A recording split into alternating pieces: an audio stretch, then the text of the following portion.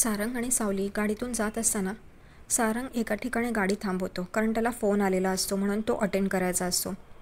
तो phone attend करायला बाहेर येतो गाडीच्या आणि फोनवर बोलत असतो. तेवढ्यातच सावली पण बाहेर येते आणि इकडे तिकडे बघत असते आणि खूप खुश असते. तेवढ्यातच तिला दिसतं की एक म्हातारी वयस्कर बाई मधोमध उभी असते. तिला रस्ता क्रॉस करायचा असतो, पण ती खूप म्हातारी असते. तिला घाबरत असते, ती एकदम भीती वाटत असते आणि ऊन पण खूप लागत असतं. तेवढ्यातच सावली हे बघते आणि तिच्याकडे येते आणि तिला विचारते, आजी रस्ता क्रॉस करायचा आहे का? ती म्हणते हो. मग सावली तिला पलीकडे घेऊन जाते रस्ता क्रॉस करून. आणि इथे सारंगचा कॉल संपतो आणि तो गाडीजवळ येतो. गाडीचा दरवाजा उघडून बघतो तर सावली आतमध्ये नाही आहे. तो म्हणतो ही कुठे गेली म्हणून आणि इकडे तिकडे शोधायला लागतो. तो एका ठिकाणी जातो शोधायला की सावली कुठे आहे म्हणून. आणि दुसरीकडे इकडे सावली त्या आजींना सोडून परत गाडीजवळ येते आणि बघते तर सारंग सर कुठेच दिसत नाहीत. गाडीच्या जवळ नाही आहेत फोनवर बोलत. ती पण इकडे तिकडे बघते आणि ती पण सारंग सरांना शोधायला म्हणून त्याच्या विरुद्ध दिशेला जाते. दोघंही वेगवेगळ्या दिशेला शोधत असतात. सगळ्या गल्ल्यांमधनं इकडून तिकडून रस्त्यामधनं सगळे शोधत असतात आणि ते दोघंही वेगवेगळ्या दिशेने पण एकत्रच चालत असतात. इकडे दोघंही हताश होतात आणि शेवटी परत आपापल्या दिशेला बघून परत ते गाडीजवळ येतात.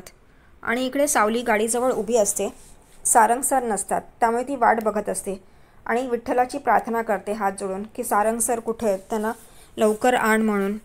आणि तेवढ्यात सारंग पण तिकडे येतो आणि बघतो तर ही हात जोडून उभी आहे गाडीजवळ. तो तिच्याजवळ येतो आणि म्हणतो, कुठे गेली होतीस म्हणून, मी किती शोधतोय तुला. तेवढ्यात सावलीला रडू येतं आणि ती रडत असते. सारंगला तो प्रसंग आठवतो जेव्हा तिने त्याला रुमाल आणून दिलेला असतो.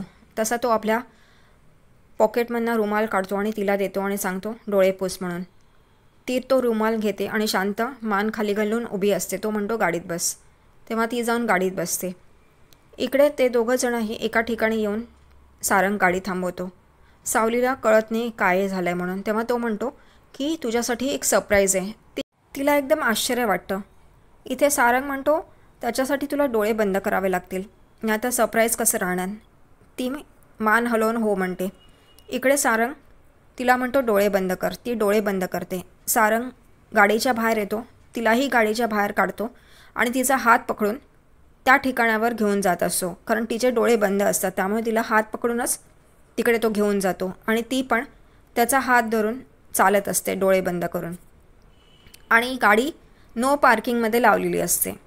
आता हे ते गेल्यानंतर तिकडे नो पार्किंगचा बोर्ड दाखवतात, म्हणजे त्यांची गाडी टो होणार आहे. इकडे सारंग सारखा तिच्याकडे बघत असतो, ती डोळे तर नाही उघडत ना म्हणून. आणि खूप चालत आल्यानंतर ते एका ठिकाणी येतात, देवळासारखं असतं. इथे सावली चालत असते. तेवढ्यातच मध्येच ती सारंगचा कोट पकडते हाताच्या इकडे. सारंग एकदम बघतो ते आणि काहीच बोलत नाही. तोही मजा लुटत असतो आणि तो बघत असतो ती कशी पकडते म्हणून. आणि नंतर ती सोडून देते आणि शेवटी त्या ठिकाणावर येतात जिथे सारंगला सावलीला आणायचं असतं.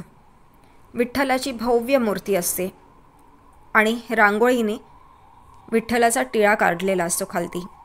इथे सावलीला तो डोळे उघडायला सांगतो. सावली डोळे उघडते तर एकदम आश्चर्याने बघायला लागते. तिला तिच्या डोळ्यांवर विश्वासच बसत नाही की आपण विठ्ठलाच्या मूर्तीसमोर आहोत आणि इतक्या भव्य दिव्य मूर्ती आहे ती. आणि ते बघून ती खूप आश्चर्य होते आणि तिला खूप आनंदही होतो. ती त्या मूर्तीकडे बघतच असते आणि इतका आनंद झालेला असतो. आणि सारंग तिच्याकडे बघतो की तिला कसं वाटतं आहे, हे सरप्राईज आवडलं आहे ना म्हणून तिला. आणि ती बघूनच इतकी खुश होते की तिला कळतच नाही कसं रिॲक्ट करायचं आहे म्हणून. ती नमस्कार करते आणि सारंगकडे बघते आणि सारंगही तिच्याकडे बघत असतो. ती हे बघून खूप आनंदात असते. इथे सारंग त्याचं आणखीन एक सरप्राईज असतं. वरतून हेलिकॉप्टरनी फुलं पडतात आणि इथे सावली हे बघून एकदम डचकते. तिला खूपच आनंद होतो हे सगळं दृश्य बघून. तिला वाटतं की हे जगातलं भारी सरप्राईज आहे म्हणून. इथे सारंग सावलीला म्हणतो की आपलं लग्न ज्या परिस्थितीत झालं ती तुलाही माहिती आहे. तू जेव्हा आमच्या महेंद्रांच्या घरी आलीस तेव्हा तुला खूप त्रास झाला आणि आमच्या घरातल्याने तुझा आणि तुझ्या परिवाराचा खूप अपमान केला, पण तरीही तू सगळं सहन करत तिकडे राहिली. दुसरी एखादी मुलगी असती तर महेंद्र यांचा अपमान करून त्यांना एक्सपोज करून तिकडून निघून गेली असती, पण तू असं केलं नाहीस. तो तिच्यापुढे हात जोडतो आणि माफी मागतो सगळ्या गोष्टींसाठी. ती म्हणते, सारंग सर, हे तुम्ही काय करताय, माफी नका मागू. तो इथे म्हणतो, नाही, माफी हे मागायलाच हवी.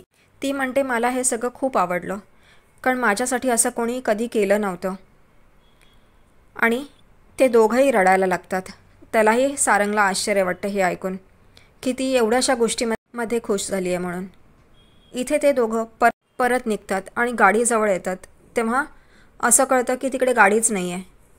आणि तो नंतर बघतो की नो पार्किंगचा बोर्ड आहे. तेव्हा तो सावलीला म्हणतो, तू सांगितलं नाहीस नो पार्किंगचा बोर्ड आहे, इथे आपण गाडी लावायची नाही आहे म्हणून. ती एकदम आश्चर्याने त्याच्याकडे बघत बसते. तर तो हसतो आणि म्हणतो, काही नाही. तर ती म्हणते, मग गाडी कुठे आहे? तेव्हा तो म्हणतो, पोलिसांकडे आहे, मी फोन करतो. म्हणून तो इथे इन्स्पेक्टर देवाला फोन करतो आणि इन्स्पेक्टर देवा आपल्या कॅबिनमध्ये रजनीकांतची पूजा करत असतो. त्याच्या फोटोच्या समोर उभा असतो. तेवढ्यातच सारंगचा फोन येतो आणि तो म्हणतो, बोल मित्रा, बोल, कशी आठवण काढलीस माझी. तेव्हा इथं सारंग म्हणतो, मी एका ठिकाणी आलो होतो माझ्या मैत्रिणीला घेऊन, तर माझी गाडी नो पार्किंगमध्ये उभी होती.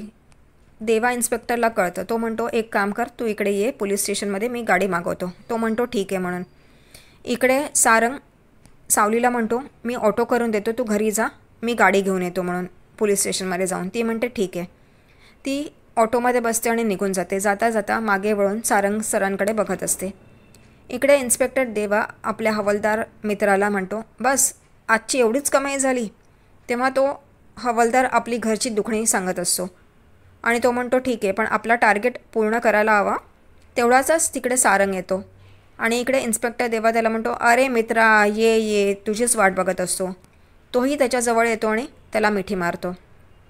इकडे इन्स्पेक्टर देवा त्याला विचारतो, सारंगला, तुझ्या मैत्रिणीला कसं वाटलं, तिला आवडलं का सरप्राईज, काय काय केलंस, मला सगळं सांग. तेव्हा इथं सारंग त्याला सगळ्या गोष्टी सांगतो. वडापाव खाल्ला, ते साडी बघितली, घेतली आणि नंतर विठुरायाचं दर्शन घेतलं आणि तिला खूप आवडलं, खूप भारावून गेलेली.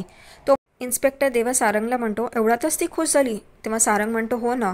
तेव्हा इन्स्पेक्टर देवा म्हणतो, म्हणजे ती खूप प्युअर सोल आहे रे, एकदम सोन्यासारखी. तेव्हा इकडे सारंग हसतो आणि म्हणतो, हो म्हणून. आणि त्याला जगन्नाथचे शब्द परत आठवतात की तुझ्या घरी पारस आलाय, पारस म्हणून. इकडे इन्स्पेक्टर देवा म्हणतो, मला तिला भेटायचं आहे, तुझ्या मैत्रिणीला. तो म्हणतो, करून. आणि इथे त्या दोघांच्या गप्पा चालू असतात. दुसरीकडे इकडे सावली विठ्ठलासमोर हात जोडून उभी असते आणि सांगते की आज मला खूप भारी वाटलं. सारंग सरनी अख्खा दिवस माझ्याबरोबर घालवला आणि त्यांनी एवढं सगळं केलं, मला कल्पनाच नव्हती ते असं काहीतरी करतील आणि मला एवढं सरप्राईज दिलं. माझ्यासाठी असं कधीच कोणी केलं नव्हतं. माहिती आहे तू माझ्या पाठीशी उभा आहेस. आणि तेवढ्यातच तिकडे अमृताबाईनी येते. इकडे सावली तिच्या गळ्यात गळा टाकते आणि खूप खुश असते. इथे अमृताबाईनी विचारते, मग काय झालं, आज काय काय केलं. ती सगळ्या गोष्टी सांगते, कसा वडापाव खाल्ला, साडी घेतली, विठुरायाचं दर्शन घेतलं आणि असं केलं आणि तसं केलं. इथे अमृताबाईनी सावलीला म्हणते, सारंग खरंच खूप चांगला आहे गं आणि त्याच्या मनात असं काही नाही आहे आणि त्याला तुझ्याबद्दल काही ना काहीतरी वाटतं आहे, म्हणूनच तर हे सगळं केलं. आणि अमृताबाईनी सावलीसाठी आणि सारंगसाठी खूप खुश असते. इथे सावली पण खूप खुश असते आणि हे बघून तिला अमृताबाईनीला खूप आनंद होतो सावलीसाठी.